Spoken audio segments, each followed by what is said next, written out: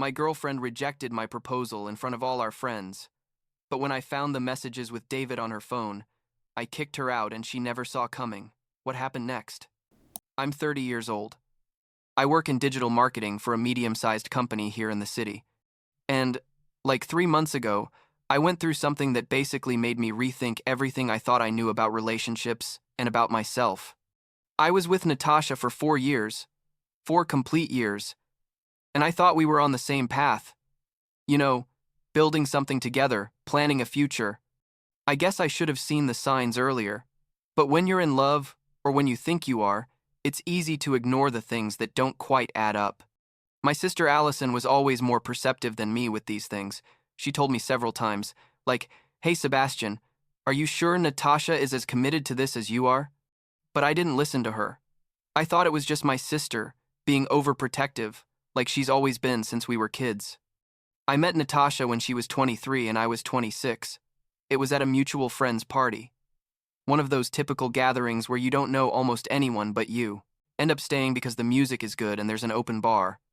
She was studying graphic design at the time, about to graduate, and I had already been working at my current company for a couple of years.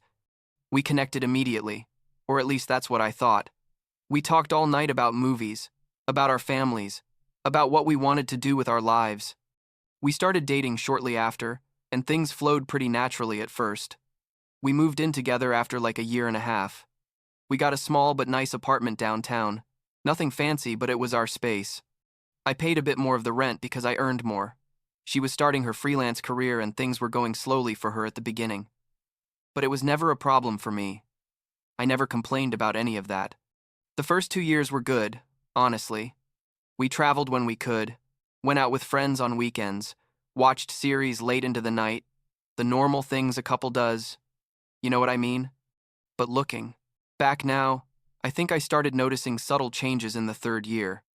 Natasha became more distant at certain moments, spent more time on her phone, went out more often with her friends Jade and Skylar, which never bothered me because I also went out with my friends Patrick and Cole. But there was something different. I don't know how to explain it. When I asked her how her day was or who she'd been with, her answers were increasingly vague, like, "Oh, fine, the usual," or "I was working on some projects." Nothing specific, nothing that gave me an opening for a real conversation. So, we got to our 4th year together, and I already had it in mind to propose. In my head, everything made sense, right? 4 years is enough time to know someone, to know if you want to spend the rest of your life with that person. I talked to Patrick and Cole about it. They helped me plan everything. We chose a resort like 2 hours from the city, a place where Natasha and I had gone once on our second anniversary, and she had said she loved it. I thought it would be perfect, romantic, meaningful. I bought the ring with my savings. Spent like $3,000 on that thing. A ring with a small but nice diamond. Nothing ostentatious because I'm not a millionaire either, but something I thought she'd like. I planned everything for a weekend, invited some of our close friends, including Jade and Skylar because they were important to Natasha, and Patrick and Cole, obviously. Natasha thought we were just going to spend a relaxing weekend with friends. She had no idea what was coming. The day came, and I was nervous, very nervous, like I felt like my heart was going to jump out of my chest. We had planned to do the proposal at night, after dinner, on a terrace at the resort that had an incredible view. Patrick and Cole made sure everyone was there at the right moment, and I mentally rehearsed what I was going to say like 1,000 times during the day. When the moment arrived, everyone was gathered on the terrace. There were decorative lights that Patrick had hung, soft background music, everything was perfect. I asked Natasha to come out with me to the terrace because I wanted to show her something. She came out without suspecting anything, or at least, that's how it seemed. When she saw everyone there, she started to understand what was happening. I saw her expression change, but not with emotion or happiness, but with something more like panic or discomfort. I got down on one knee with the ring in my hand. I started my speech that I had prepared. I told her that these 4 years had been the best of my life, that I couldn't imagine my future without her, that I wanted to build a family together. All those things you say in a moment like that. I asked her if she wanted to marry me, and there was a silence, a horrible silence that felt eternal, even though it was probably only 10 seconds. Everyone was quiet, waiting for her answer, and I was still there, kneeling with the ring, feeling increasingly exposed and vulnerable. Finally, Natasha said, with a very quiet voice, "Sebastian, I need to talk to you alone." In that moment, I knew something was very wrong. My stomach tied itself in a knot, but I tried to maintain composure. I stood up, put the ring in my pocket, and told everyone to give us a moment. We walked toward a more private part of the resort, away from the terrace, and she finally spoke. She told me, "I can't accept this right now, Sebastian. I need more time." I asked her, more time for what? "We've been together 4 years, Natasha. How much more time do you need?" She just kept repeating that she wasn't ready, that there are things she needs to figure out, that marriage is a very big step and she's not sure if she's prepared for that. I was confused and honestly starting to get angry. I told her, "If you're not sure after 4 years, then when will you be?" And she had no answer. She just looked at me with teary eyes, but without saying anything concrete. I tried to stay calm, but inside I was destroyed, humiliated, because all our friends had just witnessed that rejection, and now what was I supposed to do? And we went back to the terrace, and I told everyone that there had been a misunderstanding, that there wasn't going to be a proposal, that they could continue enjoying the night. The awkwardness was palpable. Patrick and Cole looked at me like they didn't know what to say. Jade and Skylar were with Natasha, trying to console her as if she were the victim of the situation, which I found pretty ironic. The rest of the weekend was torture. We tried to act like everything was fine in front of everyone else, but it was obvious something had broken. But the trip back home was in complete silence. Natasha was looking out the car window and I was driving, concentrating on the road, because I didn't know what else to do. The following days in the apartment were strange and tense. Natasha slept on the couch, I in the bed. We barely talked to each other. She would leave early and come back late, saying she had a lot of work, and I would stay alone wondering what the hell had gone wrong. I called my sister Allison because I needed to talk to someone who knew me well and wouldn't judge me. I told her everything and she sighed. She told me, "Sebastian, I'm going to be honest with you. I never fully trusted Natasha. I always felt like she wasn't as committed as you were, and I think maybe she's keeping her options open, or worse yet, there might be someone else." In that moment, I got angry with Allison. I told her she was being paranoid, that Natasha wouldn't do something like that. But she just responded, "It's okay. I hope I'm wrong. But keep your eyes open." I didn't have to wait long for her words to make sense. Like 2 weeks after the proposal disaster, Allison called me on a Tuesday afternoon.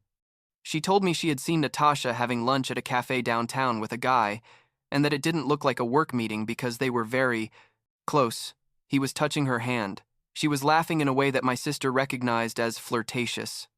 I asked her if she was completely sure, and she told me yes, that she even took a discreet photo from afar in case I didn't believe her. She sent me the photo, and it was definitely Natasha, with a man I didn't know, sitting very close at a table. Her smiling in that way she used to smile at me at the beginning of our relationship. I felt like I'd been punched in the stomach. During the following days, I started paying more attention. I checked her phone one night when she was sleeping on the couch, something I had never done before and felt bad doing it, but I needed to know the truth. I found messages with someone saved as David T. in her contacts, messages that were clearly more than friendly. They weren't explicitly romantic or sexual, but the tone was intimate. Things like, "I miss seeing you," or "I had such a good time with you the other day," or "I can't wait for us to go out again." There were messages going back months. From before my proposal even, the next day I decided to confront her. I waited for her to get home from work. I sat in the living room, and when she came in, I told her, "We need to talk now." She knew immediately from my tone that I knew something. I asked her directly who David was. I saw her face go pale. She tried to deny it at first, said he was just a work colleague she sometimes had coffee with, but I showed her the messages I had photographed with my phone. She stayed quiet for a moment, and then finally admitted that yes, she had been seeing someone else, that she met this guy at a networking event like 6 months ago, that at first it was just friendship, but eventually it became something more. I asked her why.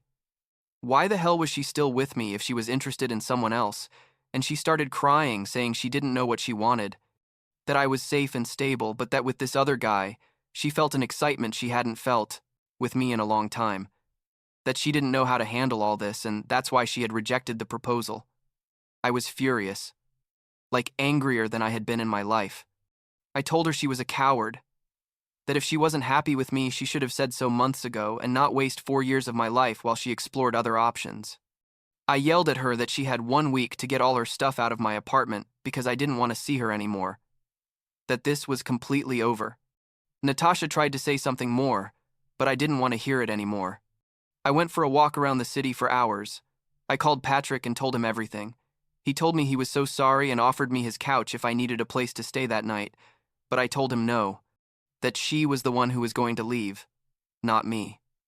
When I got back to the apartment, she had already left to a friend's house, I guess, because her things were still there, but she wasn't.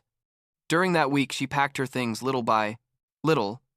I avoided being in the apartment when she was there. When she finally took the last box and left the keys on the kitchen table, I felt a strange relief, a mix of sadness and liberation at the same time. The following months were difficult. I'm not going to lie. I had to process everything, the rejection, the betrayal, the wasted time. I sold the engagement ring, recovered like $2,000 of the $3,000 I had spent, which was depressing but necessary because I didn't want to have that reminder in my house. Patrick and Cole were there for me. We went out for beers, watched games. They distracted me when they could. My sister Allison was also incredible. She visited me often. We cooked together. She reminded me that this wasn't my fault and that I deserved to be with someone who valued me. The curious thing was that like a month after Natasha left, her sister Fiona called me. Fiona and I always got along well. She's older than Natasha and was always more sensible. She called me to apologize for what her sister had done to me.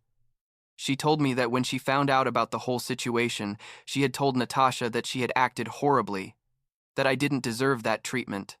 She thanked me for having been good to her sister during the years we were together and wished me the best. That call meant a lot to me because it made me feel like I wasn't crazy, that objectively what Natasha had done was wrong and it wasn't just my biased perspective. Now, 3 months later, I'm in a better place mentally. I'm still in the same apartment. I don't feel sad anymore when I look at the spaces where her things used to be. I started therapy like a month ago because Patrick suggested it, and honestly, it's helping to process everything from a healthier perspective. I'm focusing on my work. They gave me a promotion last month that has me pretty busy, and that's good because it keeps my mind on other things. I go out with my friends more often. I went back to the gym that I had let slide during the relationship, and basically, I'm trying to rebuild myself. Have I thought about dating someone again? Yes and no. Part of me wants to meet new people, but another part is still processing all this, and I don't want to drag anyone into my current emotional mess. Patrick tells me that when it's the right time, I'll know, and I guess he's right. For now, I'm okay being just me, learning to be alone without feeling lonely. You know what I mean? It's weird but also liberating, not having to check my plans with anyone, not having to worry about whether someone is happy or not, just focusing on myself for the first time in years.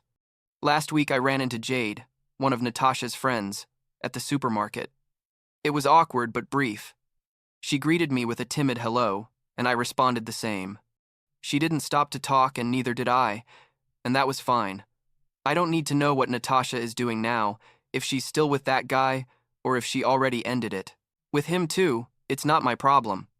What I do know is that I made the right decision to end that relationship when I did, because staying there, waiting for her to decide what she wanted, would have been self-destructive and pathetic.